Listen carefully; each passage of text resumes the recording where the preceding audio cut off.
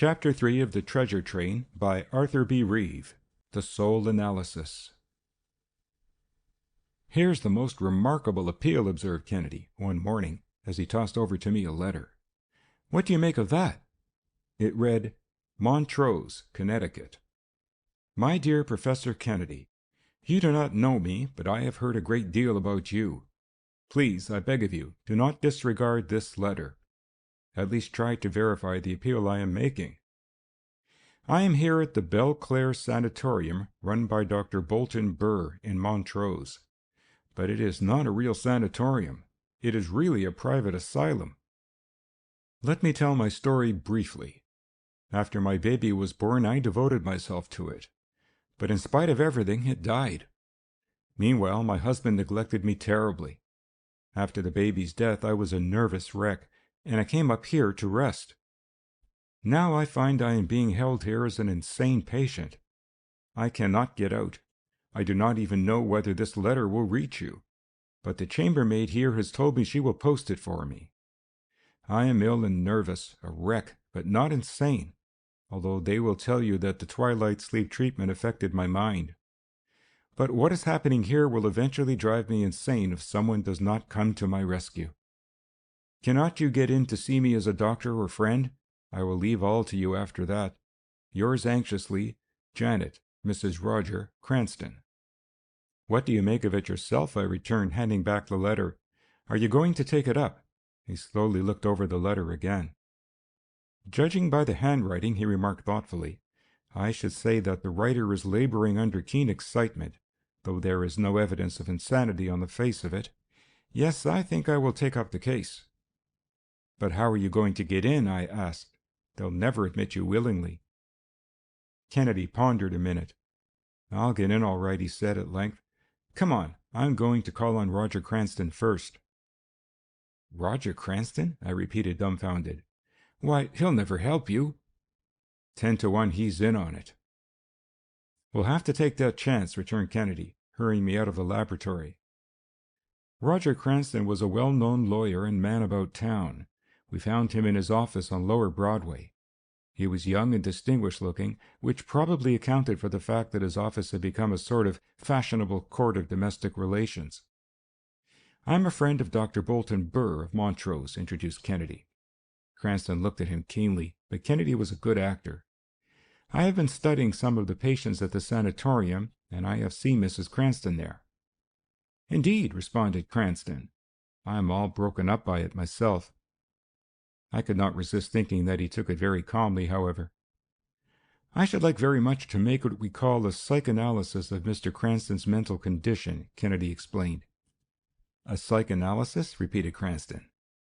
Yes, you know, it is a new system. In the field of abnormal psychology, the soul analysis is of first importance. Today, this study is one of the greatest help in neurology and psychiatry.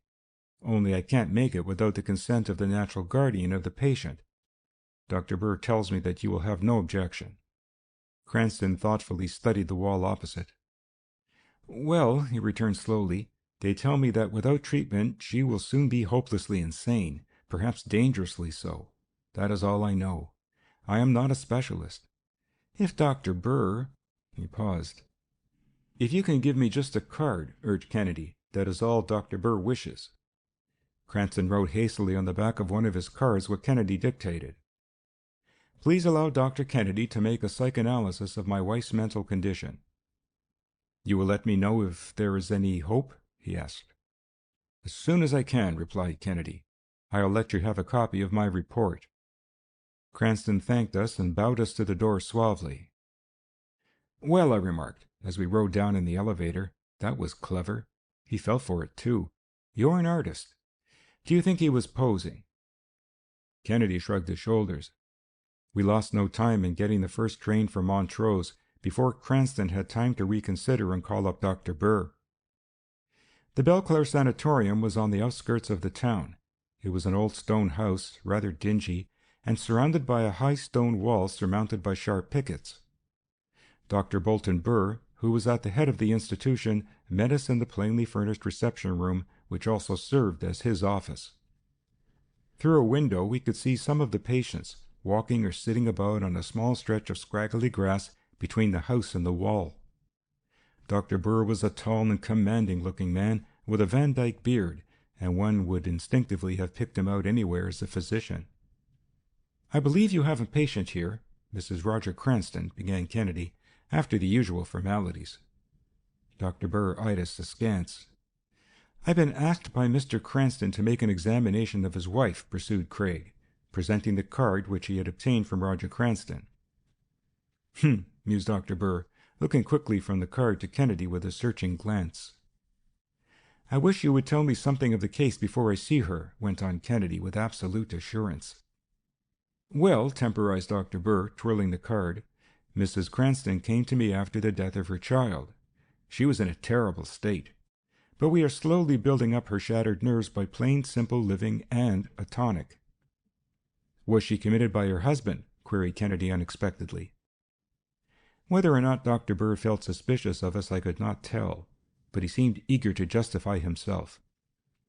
"I have the papers committing her to my care," he said, rising and opening a safe in the corner. He laid before us a document in which appeared the names of Roger Cranston and Julia Giles. "Who is this Julia Giles?" asked Kennedy, after he had read the document. "One of our nurses," returned the doctor. "She has had Mrs. Cranston under observation ever since she arrived." "I should like to see both Miss Giles and Mrs. Cranston," insisted Kennedy. "It is not that Mr. Cranston is in any way dissatisfied with your treatment, but he thought that perhaps I might be of some assistance to you." Kennedy's manner was ingratiating but firm, and he hurried on, lest it should occur to Dr. Burr to call up Cranston.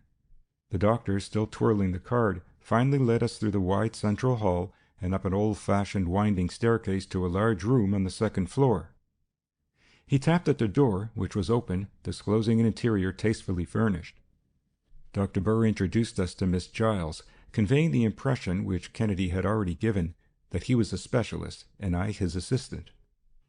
Janet Cranston was a young and also remarkably beautiful girl. One could see traces of sorrow in her face, which was exceedingly, though not unpleasingly, pale. The restless brilliancy of her eyes spoke of some physical, if not psychical, disorder. She was dressed in deep mourning, which heightened her pallor and excited a feeling of mingled respect and interest.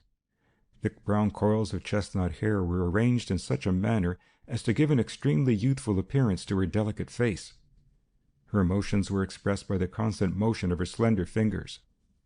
Miss Giles was a striking woman of an entirely different type. She seemed to be exuberant with health, as though nursing had taught her not merely how to take care of others, but had given her the secret of caring, first of all, for herself. I could see, as Dr. Burr introduced us to his patient, that Mrs. Cranston instantly recognized Kennedy's interest in her case. She received us with graceful courtesy, but she betrayed no undue interest that might excite suspicion, nor was there any hint of giving the note of appeal. I wondered whether that might not be an instance of the cunning for which I had heard that the insane are noted. She showed no sign of insanity, however. I looked about curiously to see if there were evidences of the treatment which she was receiving. On a table stood a bottle and a glass, as well as a teaspoon, and I recalled the doctor's remark about the tonic. "You look tired, Mrs. Cranston," remarked Kennedy thoughtfully. "Why not rest while we are here, and then I will be sure my visit has had no ill effects." "Thank you," she murmured, and I was much impressed by the sweetness of her voice.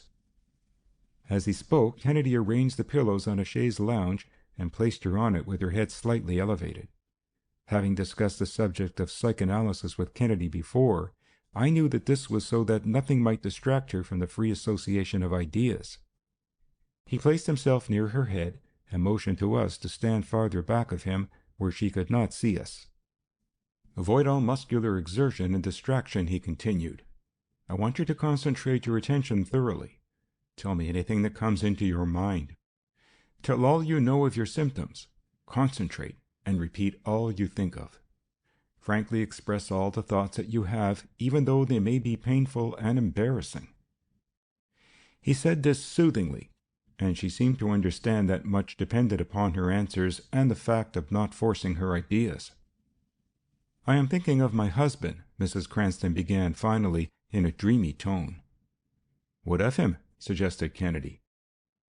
of how the baby separated us and—" She paused, almost in tears. From what I knew of the method of psychoanalysis, I recalled it was the gaps and hesitations which were most important in arriving at the truth regarding the cause of her trouble. Perhaps it was my fault. Perhaps I was a better mother than wife. I thought I was doing what he would want me to do. Too late, I see my mistake. It was easy to read into her story that there had been other women in his life. It had wounded her deeply. Yet it was equally plain that she still loved him. "Go on," urged Kennedy gently. "Oh, yes," she resumed dreamily. "I am thinking about once when I left him, I wandered through the country. I remember little except that it was the country through which we had passed on an automobile trip on our honeymoon. Once I thought I saw him, and I tried to get to him. I longed for him, but each time, when I almost reached him, he would disappear. I seemed to be so deserted and alone. I tried to call him, but my tongue refused to say his name.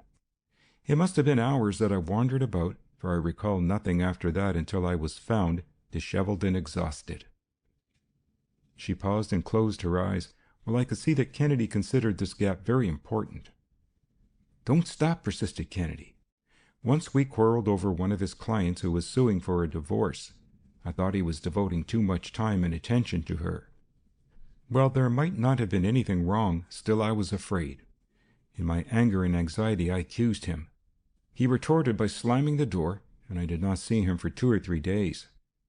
I realized my nervous condition, and one day a mutual friend of ours introduced me to Dr. Burr and advised me to take a rest cure at his sanatorium. By this time Roger and I were on speaking terms again, but the death of the baby and the quarrel left me still as nervous as before. He seemed anxious to have me do something, and so I came here."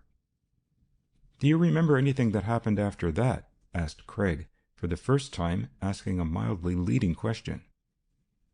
"Yes, I recall everything that happened when I came here," she went on. "Roger came up with me to complete the necessary arrangements. We were met at the station by Dr. Burr and this woman who has since been my nursing companion. On the way up from the station to the sanatorium, Dr. Burr was very considerate of me, and I noticed that my husband seemed interested in Miss Giles and the care she was to take of me." Kennedy flashed a glance at me from a notebook in which he was apparently busily engaged in jotting down her answers. I did not know just what interpretation to put on it, but surmised that it meant that he had struck what the new psychologists called a complex in the entrance of Miss Giles into the case. Before we realized it, there came a sudden outburst of feeling. "And now they are keeping me here by force," she cried. Dr. Burr looked at us significantly, as much as to say, "Just what might be expected, you see." Kennedy nodded, but made no effort to stop Mrs. Cranston. "They have told Roger that I am insane, and I know he must believe it or he would not leave me here. But the real motive I can guess is mercenary. I can't complain about my treatment here. It costs enough." By this time she was sitting bolt upright, staring straight ahead as though amazed at her own boldness in speaking so frankly before them. "I feel all right at times, then it is as though I had a paralysis of the body, but not of the mind, not of the mind," she repeated tensely. There was a frightened look on her face, and her voice was now wildly appealing. What would have followed I cannot guess, for at this instant there came a noise outside from another of the rooms, as though pandemonium had broken loose. By the shouting and confusion, one might easily have wondered whether keepers and lunatics might not have exchanged places. "It is just one of the patients who has escaped from his room," explained Dr. Burr. "Nothing to be alarmed about. We'll soon have him quieted." Dr. Burr hurried out into the corridor while Miss Giles was looking out of the door.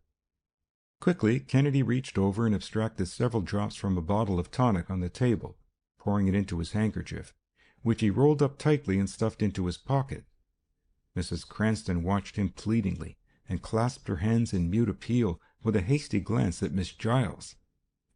Kennedy said nothing either, but rapidly folded up a page of the notebook on which he had been writing and shoved it into Mrs. Cranston's hand, together with something he had taken from his pocket. She understood, and quickly placed it in her corsage. "Read it," when you are absolutely alone," he whispered just as Miss Giles shut the door and turned to us. The excitement subsided almost as quickly as it had arisen, but it had been sufficient to put a stop to any further study of the case along those lines. Miss Giles's keen eyes missed no action or movement of her patient. Dr. Burr returned shortly. It was evident from his manner that he wished to have the visit terminated, and Kennedy seemed quite willing to take the hint.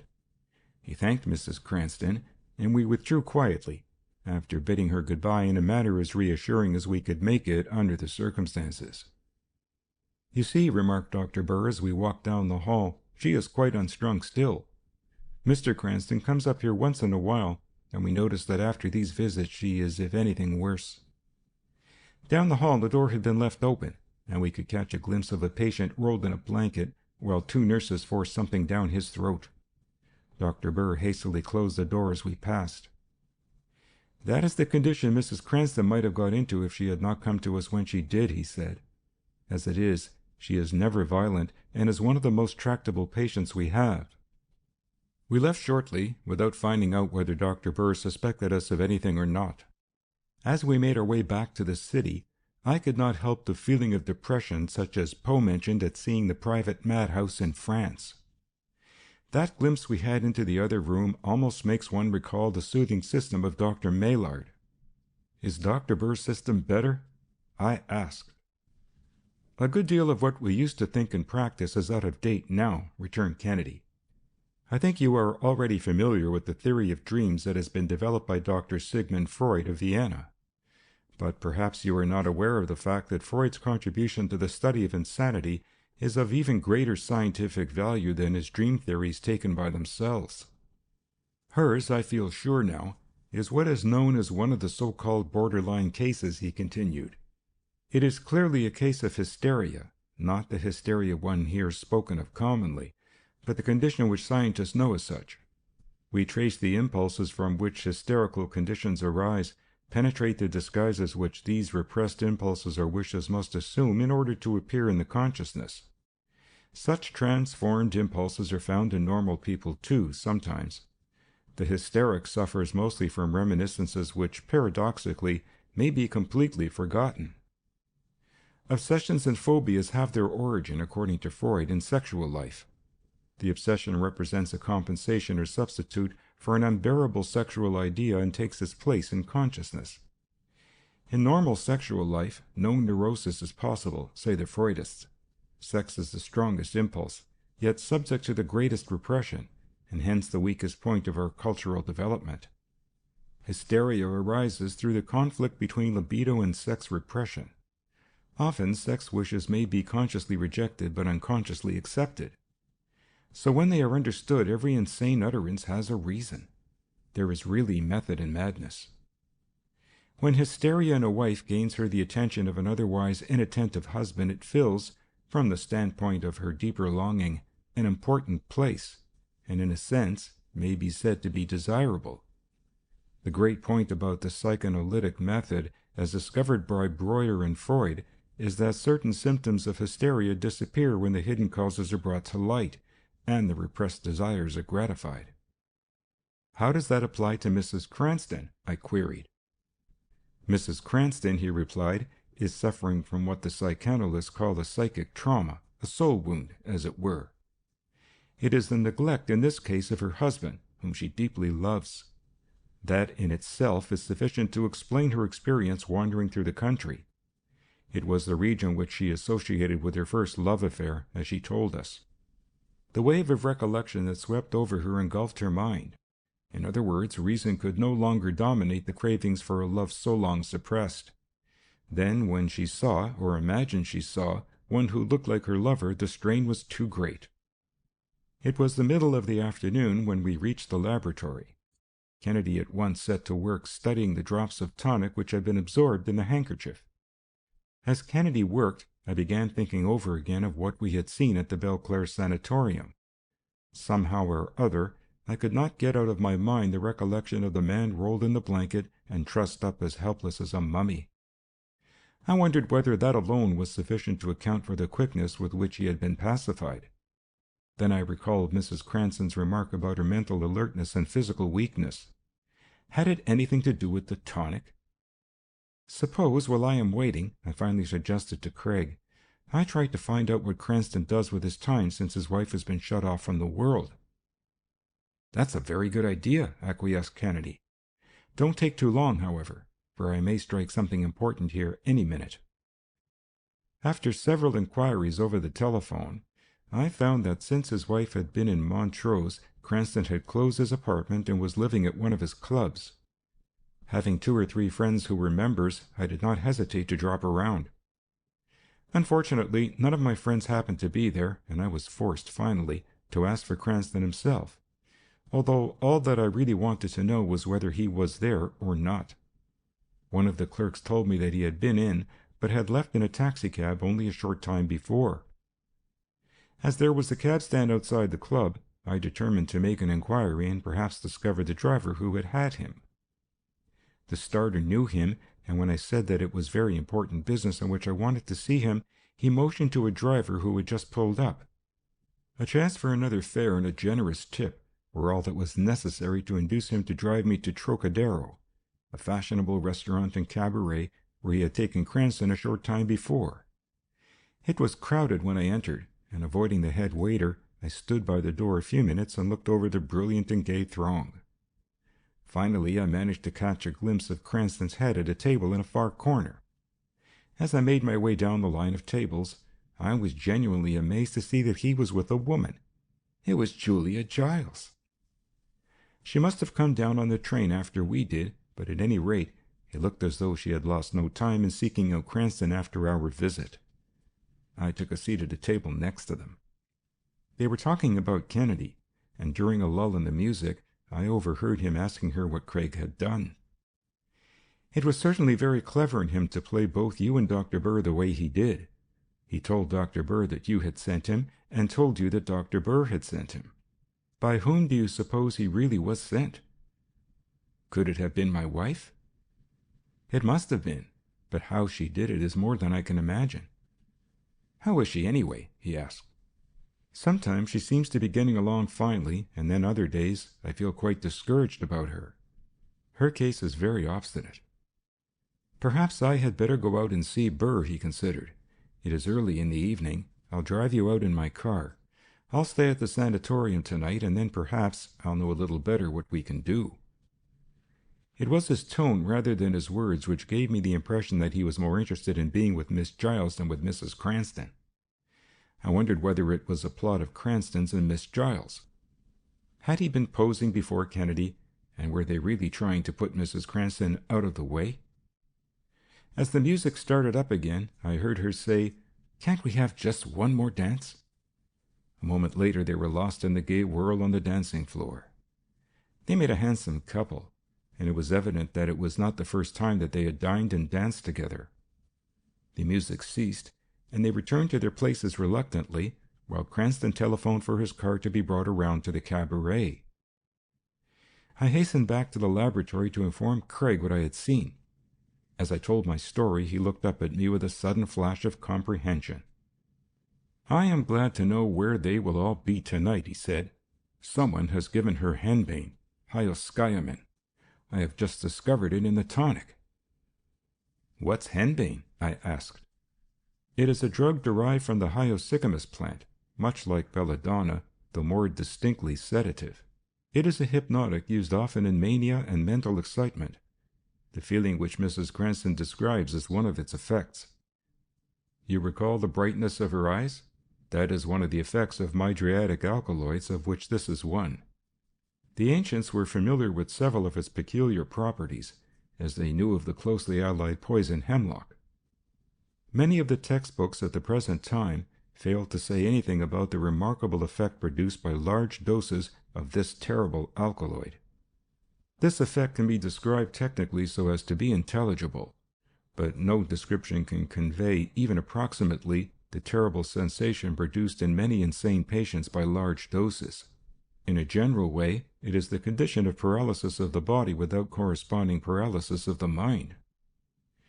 "And it's this stuff that somebody has been putting into her tonic?" I asked, startled. "Do you suppose that it is part of Burr's system, or did Miss Giles lighten her work by putting it into the tonic?"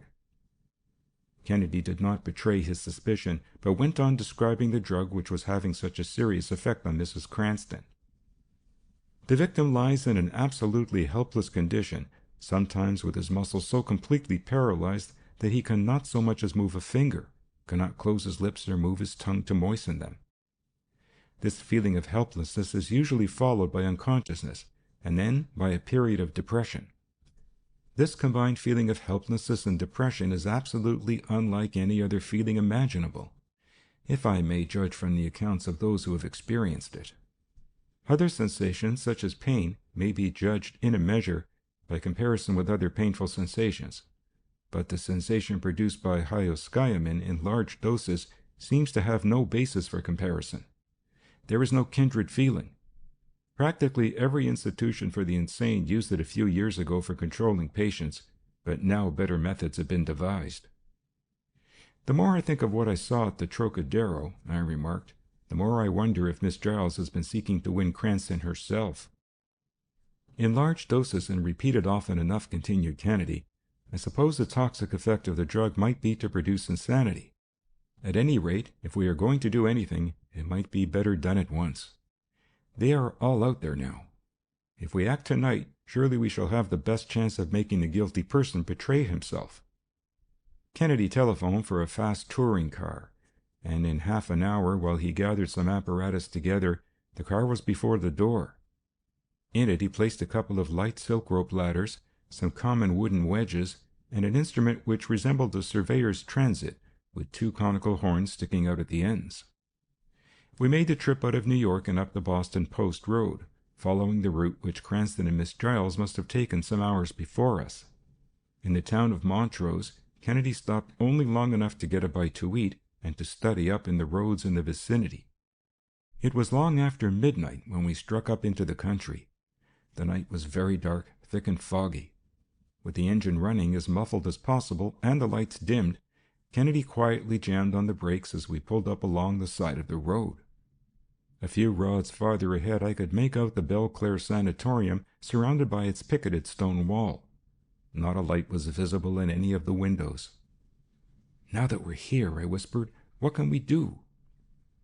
"You remember the paper I gave Mrs. Cranston when the excitement in the hall broke loose?" "Yes," I nodded, as we moved over under the shadow of the wall. "I wrote on a sheet from my notebook," said Kennedy, "and told her to be ready when she heard a pebble strike the window, and I gave her a piece of string to let down to the ground."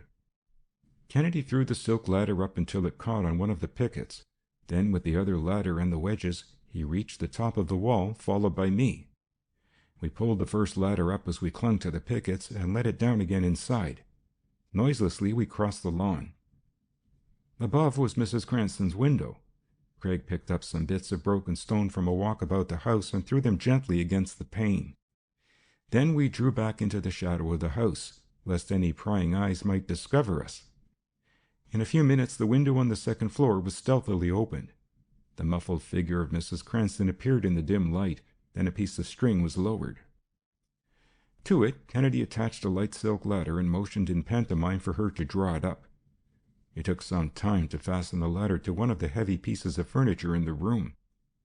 Swaying from side to side, but clinging with frantic desperation to the ladder while we did our best to steady it, she managed to reach the ground. She turned from the building with a shudder and whispered, "This terrible place! How can I ever thank you for getting me out of it?" Kennedy did not pause long enough to say a word, but hurried her across to the final barrier, the wall. Suddenly there was a shout of alarm from the front of the house under the columns. It was the night watchman who had discovered us. Instantly Kennedy seized a chair from a little summer house. "Quick, Walter," he cried. "Over the wall with Mrs. Cranston while I hold him.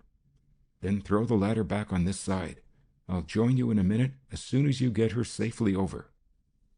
A chair is only an indifferent club, if that is all one can think of using it for. Kennedy ran squarely at the watchman, holding it straight before him. Only once did I cast a hasty glance back.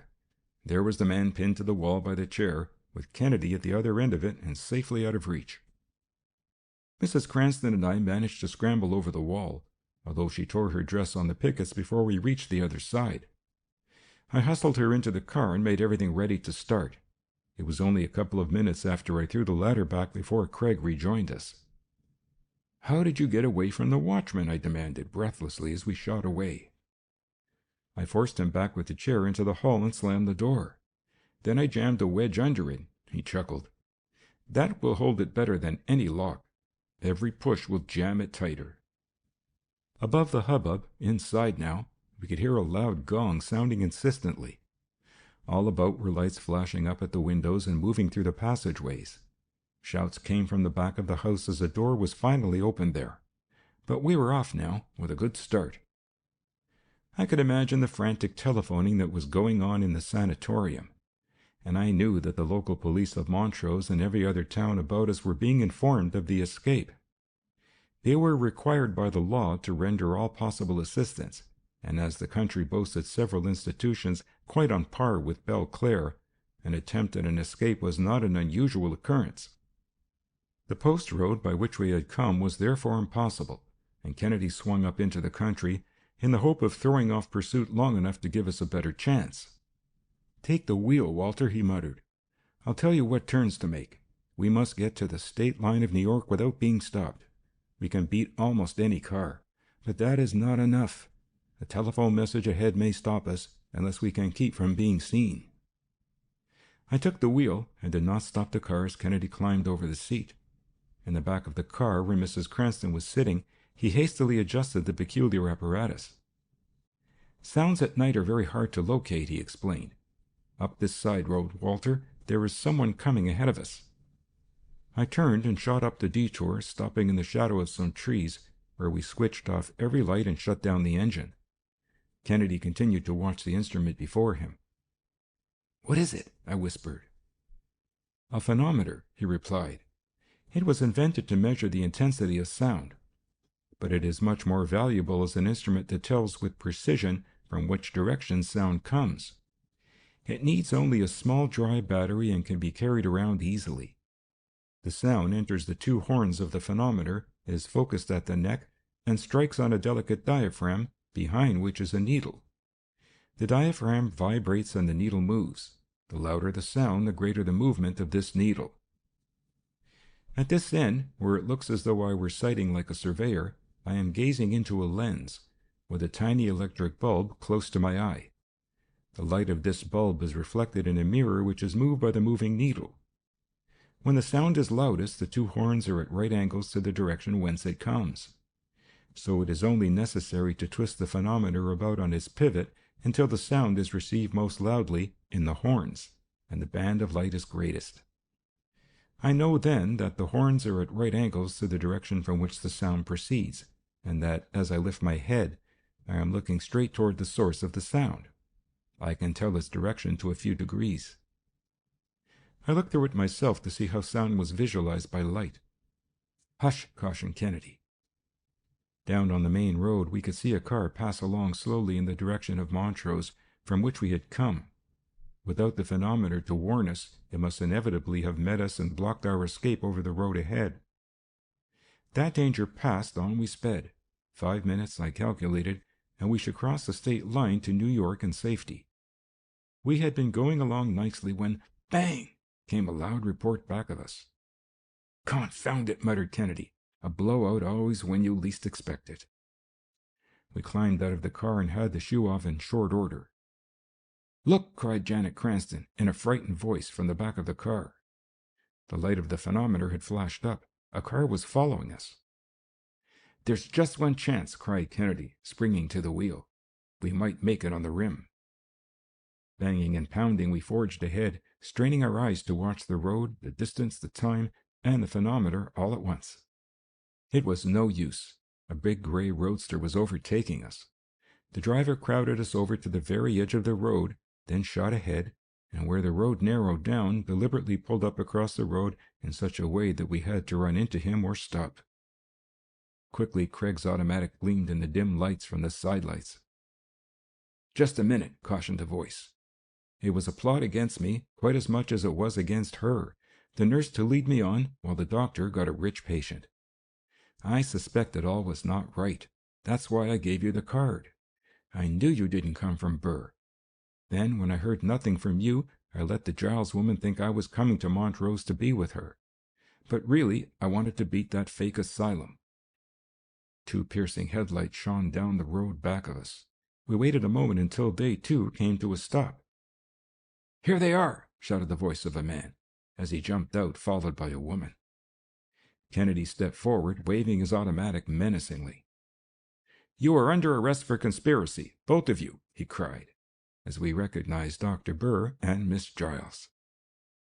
A little cry behind me startled me, and I turned. Janet Cranston had flung herself into the arms of the only person who could heal her wounded soul. End of chapter 3.